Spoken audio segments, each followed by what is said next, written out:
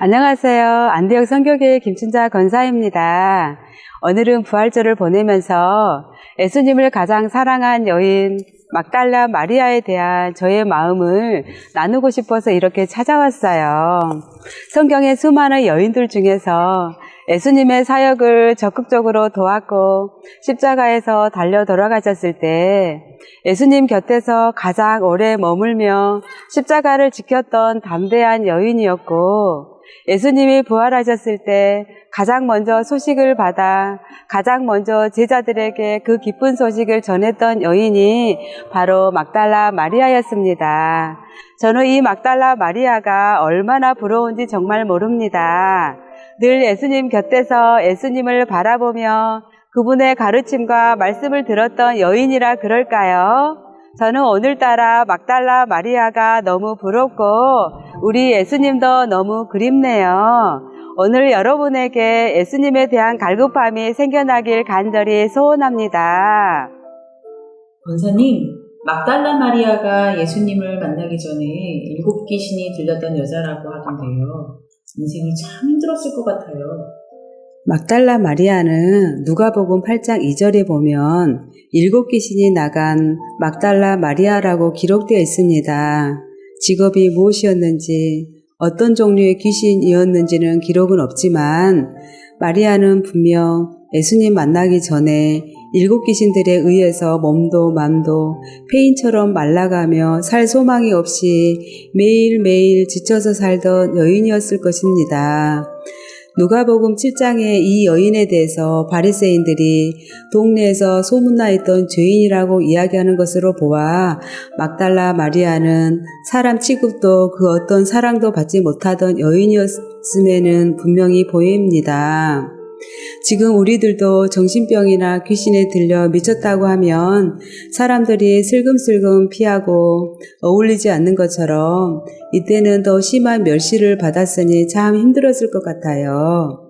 그런데 7 귀신들이 이 여인이 자기의 몸과 영혼을 저주하고 멸시하던 죽음의 자리에서 자기 몸과 영혼을 소중하게 여기는 생명의 자리로 신분이 바뀌게 되는 사건이 하나 일어나게 되었어요. 권사님, 어떤 사건인가요? 사람을 한순간에 바꿀 수 있는 사건이 정말 있나요?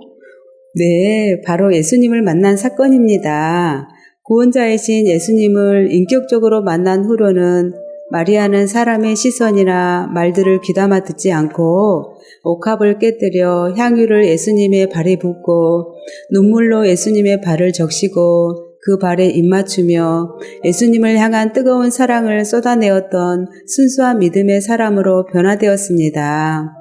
그 전에는 사람들의 시선이 두렵고 말에 묶여서 점점 사회에서 격리되며 소외감을 느끼며 숨어서 살았던 여인이었는데 메시아이신 예수님을 만난 후로는 완전히 달라진 모습으로 세상에서 힘차게 살아갔던 여인이었습니다. 보통 사람들이 하기 힘든 사랑의 섬김과 봉사를 하며 12 제자들보다 더 예수님을 사랑했으니 얼마나 멋지고 아름다운 사람이었는지 말로 다 표현할 수가 없네요. 막달라 마리아처럼 저도 순수한 믿음의 사람이 되고 싶네요. 예수님을 만난 자는 정말 삶이 변하나 봐요. 당시 예수님을 따르던 제자들도 핍박이 두려워서 예수님 무덤 근처에는 얼씬도 못했는데 안식일 날에는 아무 일도 못하게 되어 있어서 참고 있다가 안식 후 첫날, 즉 주일날 이른 새벽 미명에 부활의 주님을 만나 가장 첫 번째 주인공이 된 것으로 보면 예수님도 이 여인의 간절함과 믿음을 다 보고 계셨음을 우리는 알 수 있습니다. 얼마나 주님을 그리워하며 사모하고 기다렸을까요? 다른 제자들은 다시 살아난다는 예수님의 가르침을 수도 없이 들었는데도 기억하지 못하고 예수님의 죽음으로 인해 슬퍼하며 좌절하고 있었는데 막달라 마리아는 예수님의 가르침을 기억하고 믿고 그 무덤 앞에서 주님을 다시 보기를 간절히 원했음을 저는 말씀을 읽으면서 깨달을 수가 있었어요. 사랑과 사랑은 이렇게 통하는 것이구나. 내가 간절히 주님을 만나기를 원하면 주님은 언제나 날 만나주시기를 원하고 계시는구나. 사랑이야말로 주님을 만날 수 있는 길이구나. 말씀해 보면 마리아가 예수님의 무덤에 갔다가 예수님의 시체가 사라진 것을 보고 무덤 안을 들여다보면서 참 많이 울었다고 되어 있어요. 다른 제자들은 시체가 없어진 것을 보고 다시 살아나리라는 주님의 말씀을 기억하지 못하고 돌아갔지만 막달라 마리아는 계속 남아서 예수님을 기다렸어요. 빈 무덤 앞에서 홀로 슬피 울고 있던 여인에게 정말 부활하신 예수님이 나타나셔서 제자들에게 이 기쁜 소식을 전하라고 말씀을 주신 것이지요. 저는 이 장면을 읽을 때마다 항상 가슴이 터질 것 같아요. 마리아는 주님으로부터 아주 귀한 소명을 받았어요.